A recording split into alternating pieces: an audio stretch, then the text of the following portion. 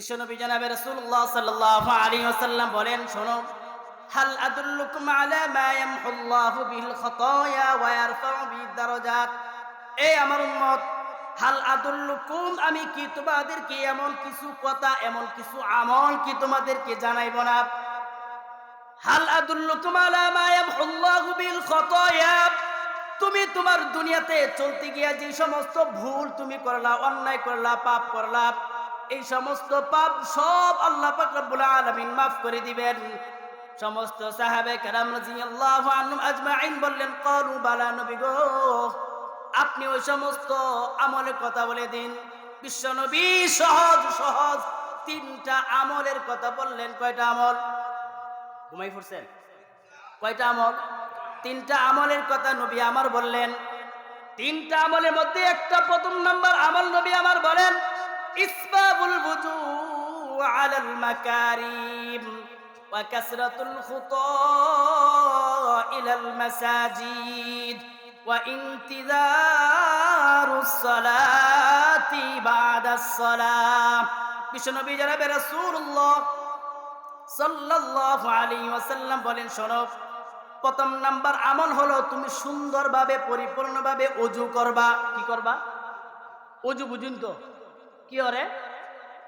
আমার বোঝেন তো ওযুটা কিভাবে করে? ওযু কিভাবে করে? খুলি করে, নাকে পানি দে, মুখ ধৌত করে, হাত ধৌত করে, মাথা মাসা করে, পা ধৌত করে। এর নাম কি? বলেন, এর নাম কি? ওযুর কয়টা ফরজ? মুখ, মাথা, হাত, পাও কয় ফরজ? ওযুর চারটা ফরজ হলো মুখ, মাথা, হাত, পাও। আল্লাহ পাক রব্বুল আলামিন বলেন, ইয়া আইয়ুহাল্লাযীনা আমানু ইযা কুমতুম ইলাস সালাহ ফাগসিলু ওয়ুজুহাকুম ওয়া আইদিয়াকুম ইলাল মারাফিক ওয়ামসাহু বিরুসিকুম ওয়া আরজুলাকুম ইলাল কাবাইন। বান্দা, তুমি যখন নামাজের জন্য দাঁড়াইবা, বান্দা তুমি যখন কোরআন তেলাওয়াতের জন্য হাত দিবা, বান্দা তুমি যখন নেক আমল করার জন্য যেগুলা দ্বারা ওযু করার প্রয়োজন তুমি যখন করবা, তখন পরিপূর্ণভাবে তুমি ওযু করবা।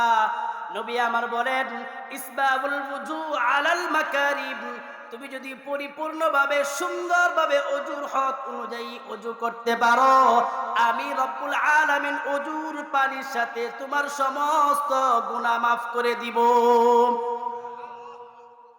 ইমামে আযম আবু হানিফা রাহমাতুল্লাহি আলাইহি তিনি বলেন, শোনো, কোন মানুষ যদি আমার সামনে ওযু করত, তাহলে আমি দেখতে পারতাম, আমি আমার এই দুই চোখ দিয়ে দেখতে পারতাম কোন মানুষ কি গুনাহ করে আসছে, আসার পরে কি ওযু করলো, ওযুর সাথে তার কোন গুনাহ ধুয়ে মুছে যায়, ওইটা আমি আমার নিজ চোখে দেখতে পারতাম। তাহলে কি বুঝলাম? ওযু করলে মানুষের গুনাহ কি হয়? বলেন, ওযু করলে মানুষের গুনাহ কি হয়? জোরে যায়। ওযু করলে মানুষের গুনাহ আল্লাহ কি করে দেন? মাফ করে দেন। ভুলগুলা কি করে দেন? এবার আপনি আমার প্রশ্ন, হুজুর, ওযুর সাথে গুনাহগুলা যে মাফ হয়ে যায়, কেমন গুনাহ? শিরিক গুনাহ, কবিরা গুনাহ, বড় গুনাহ, ছোট গুনাহ, শিরিক বেদাতি গুনাহ, কি গুনাহ মাফ হয়ে যায়? হাদিসের ভিতরে নবী আমার বলেন, তুমি যে গুনাহ করবা এর মধ্যে ছোট ছোট গুনাহ রব্বুল আলামিন মাফ করে দেন। হুজুর, এখন আমার বড় যে গুনাহ হইছে, কবিরা যে গুনাহ করছি, এই গুনাহ কিভাবে মাফ হবে? ভুল কিভাবে মাফ হবে? বিশ্বনবী জনাবে রাসূলুল্লাহ সাল্লাল্লাহু আলাইহি ওয়াসাল্লাম অন্য এক হাদিসের ভিতরে বলেন, বান্দা, ওযু শেষ করার পরে তুমি যদি অল্প একটু পানি হাতের মধ্যে নিয়া উপরের দিকে তাকাইয়া, আসমানের দিকে তাকাইয়া তুমি যদি পড়ো, আশহাদু আল্লা ইলাহা ওয়া আশহাদু আন্না মুহাম্মাদান আবদুহু ওয়া রাসূলুহু, আল্লাহুম্মা জাআলনি মিনাত তাওয়াবিন ওয়া জাআলনি মিনাল মুতাতাহহিরিন। ও আল্লাহ, তওবাকারীদের সাথে আমাকে অন্তর্ভুক্ত বানাও। ও আল্লাহ, পুত পবিত্রকারীদের সাথে আমাকে অন্তর্ভুক্ত বানাও। আল্লাহর কাছে বান্দা তুমি যদি উপরের দিকে তাকাইয়া যদি দোয়া করতে পারো, আল্লাহ বলেন কবিরা গুনাহ আমি মাফ করে দিব। অজু করলে লাভ আছে না নাই? দ্বিতীয় লাভ যেটা, বিশ্বনবী জনাব রাসূলুল্লাহ সাল্লাল্লাহু আলাইহি ওয়াসাল্লাম বলেন, হাল আদুল্লুকুম আলা মা ইয়ামহুল্লাহু বিল খাতায়া ওয়া ইয়ারফাউ বিহিদ দারাজাত। এক নম্বর হলো ইসবাবুল ওযু আলাল মাকারিব। দ্বিতীয় লাভের কথা হলো নবী আমার বলেন, ওয়া কাসরাতুল খুতা ইলাল মাসাজিদ। আমার উম্মত, তুমি যখন মসজিদে যাইবা, ছোট ছোট কদমে মসজিদে যাইবা। কই যাইবা? মসজিদে গিয়ে কি করে বলেন, কি করে? নবী আমার বলেন, ওয়া কাসরাতুল খুতা ইলাল মাসাজিদ। বান্দা, তুমি মসজিদে যাওয়ার সময় ছোট ছোট কদমে মসজিদে যাইবা। তো কেন ছোট ছোট কদমে মসজিদে যাইব? বিশ্ব নবী জনাব রাসূলুল্লাহ সাল্লাল্লাহু আলাইহি ওয়াসাল্লাম বলেন, তুমি যখন ডান কদম সামনে দিবা, তোমার ডান কদমে একটা করে নেকি রব্বুল আলামিন দিয়ে দিবেন। আর বান্দা, তুমি যখন বাম কদম সামনে দিবা, বাম কদম উঠানোর সাথে সাথে তোমার জিন্দেগীর একটা একটা গুনাহ রব্বুল আলামিন মাফ করে দিবেন।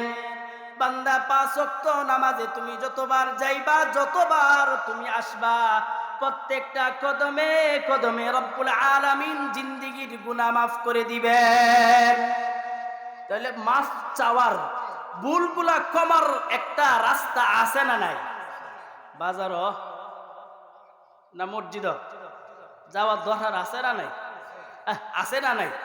বিশ্বনবী তৃতীয় আমল বলেন, এক নামাজের পরে আরেক নামাজের অপেক্ষা করো। এক নামাজের পরে আরেক নামাজের অপেক্ষা কিভাবে করে? আমি তো একজন কর্মচারী, আমি তো একজন চাকরিজীবী, আমি তো একজন ব্যবসায়ী, আমি তো কৃষি কামারে কাজ করি, আমি মসজিদে অপেক্ষা কিভাবে করব? আমার তো সংসার আছে।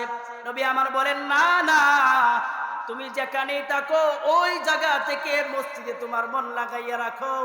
আমি জোহর পড়েছি কখন আসরের ডাক দেই, আমি আসর পড়েছি কখন মাগরিবের ডাক দেই, আমি মাগরিব পড়েছি কখন এশারের নামাজের ডাক দেই, আমি এশা নামাজ আদায় করে ঘুমিয়ে পড়ব, মুয়াজ্জিন কখন যেন এই শব্দটা বলে ফেলে, আসসালাতু খায়রুম মিনান নাওম।